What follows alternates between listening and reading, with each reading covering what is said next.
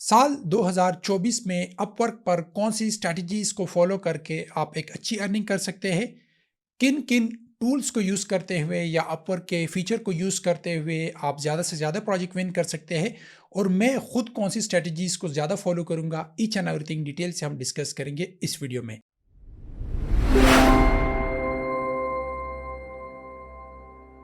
जैसा कि आपको आइडिया है कि ईच एंड एवरीथिंग अपवर्क में अभी पेड हो गई है, कनेक्ट्स भी उन्होंने डबल कर दिए है और इसकी जितने भी फीचर है वो कनेक्ट्स के अलावा आप नहीं यूज़ कर सकते। लेट्स से अवेलेबिलिटी का पेज है, उसमें आपको कनेक्ट्स रिक्वायर्ड होते हैं। अभी आप बिडिंग करते हैं, उस पर उन्हें कनेक्ट्स भी बढ़ा दिए और वहाँ से फिर प्रोफाइल बूस्ट का भी सीन इन्होंने निकाल दिया, कैटलॉग का भी इन्होंने बूस्ट का सीन निकाल दिया। तो ईच एंड एवरीथिंग अपवर्क क्या आ रहा है कि आप कनेक्ट्स लगाए और वहाँ से वो डायरेक्टली आपसे पैसे कमाएं।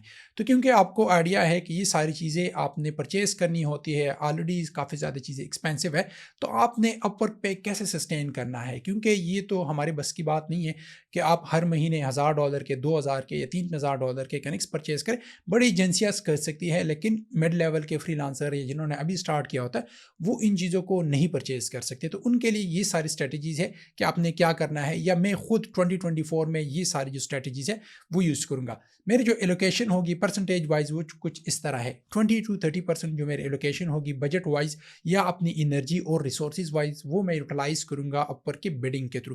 क्योंकि अभी अभी आपको आइडिया है कि 70 to 80% minimum of the project जो आपको मिलते हैं अपवर्क पे वो बिडिंग के थ्रू आते हैं। क्योंकि मुझे बिडिंग से ज़्यादा प्रोजेक्ट्स नहीं आते, तो मैं सिर्फ 20 to 30% या हद भी कर दे तो 40% जो अपनी रिसोर्सेज है, जो अमाउंट वगैरह मेरे पास पड़ी होती है अपवर्क में, वो यूटिलाइज करूँगा बिडिंग के थ्रू कनेक्ट्स परचेज करने के लिए। बाकी जो मैं यूटिलाइज करूँगा अपनी 60 या 70% जितनी भी एनर्जी वगैरह है वो first of all profile optimization पे है। देखिए, प्रोफाइल ऑप्टिमाइजेशन और आपके कैटलॉग्स की जो ऑप्टिमाइजेशन है वो ईच एंड एवरीथिंग आपका ऑर्गेनिक होगा। एक दफ़ा, दो दफ़ा, तीन दफ़ा उस पे आप काम करेंगे, फिर आपको ऑर्गेनिक्स ऑर्डर आएंगे, ऑर्गेनिक इनवाइट्स आएंगे, व्यूज़ आएंगे। उस पर आपने वन टाइम मेहनत करनी है। मे भी आपका ज़्यादा वक्त लगे क्योंकि कैटलॉग्स काफ़ी ज़्यादा है, प्रोफाइल में आपको रेगुलर अपडेट्स वगैरह करनी होती है, तो उसमें मे भी आपका टाइम ज़्यादा लगे, लेकिन वन टाइम एफर्ट है बजाय आपके कॉन्स्टेंटली आप बिडिंग करते हैं। तो 60 to 70% जो मेरे एफर्ट्स होंगी वो मेरे कैटलॉग्स की तरफ जाएगी और मेरे जो प्रोफाइल ऑप्टिमाइजेशन है उसकी तरफ जाएगी।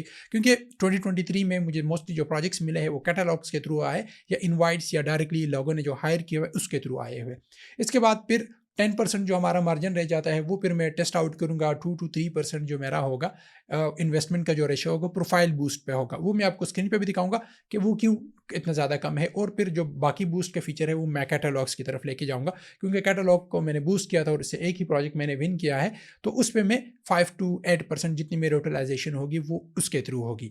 देखिए, जो चीज़ें मैं बता रहा हूँ कि जो बिडिंग का प्रोसेस है वो मैं अकेले नहीं करता। बिडिंग का ये नहीं है कि मैं जाता हूँ और ख़ुद ही बिडिंग करता हूँ, इसको मैं प्रोफेशनल ऑलरेडी मैंने हायर किए हुए वो मेरे लिए बिडिंग करते हैं। वो एक टीम है, स्ट्रेटजीज अप्लाई होती है, उसके बाद ही बिडिंग होती है। फिर उसके अलावा भी इतनी ज़्यादा कम रेशो है कन्वर्जन की। मैं भी काफ़ी ज़्यादा जो दूसरे निशेज़ है उसमें कन्वर्जन ज़्यादा हो या जिनके कनेक्ट्स काफ़ी कम लग रहे हो, लेकिन मैं आपको अपना एक्सपीरियंस शेयर कर रहा हूँ। यहाँ से अभी आपको मैं अपने स्क्रीन पे लेके जाता हूँ, यहाँ से देख सकते हैं कि मेरे प्रोफाइल की व्यूज़ है लास्ट 7 डेज़ में, और ये सारे पेड व्यूज़ हैं। मतलब मैंने अवेलेबल नाउ का जो पेज है वो अवेल किया है, उसको इनेबल किया, तब ही व्यूज़ आ रहे हैं। इसको मैं आपको फिर लेके जाता हूँ, इनवाइट्स पे लेके जाता हूँ, तो इनवाइट्स पे फिर आप देख ले कि यहाँ से इनवाइट्स वैसे मुझे ज़्यादा आते हैं लेकिन अभी काफ़ी कम आ रहे हैं। यहाँ से मैं इसको ले जाता हूँ लास्ट 90 डेज़ में, अगर आप इसको लेके जाते हैं तो वो 71 इनवाइट्स आते हैं। ये वो वाले हैं जब मैंने अवेलेबल पेज ऑन नहीं किया था, और सबसे ज़्यादा इन्वाइट्स तब भी आ रहे हैं कि अवेलेबल पेज मैंने ऑन नहीं किया था, तब भी इतने आ रहे हैं। ठीक है, जब अवेलेबल नाउ का पेज ऑन किया फिर ऑन एंड ऑफ इन्वाइट्स आ रहे हैं।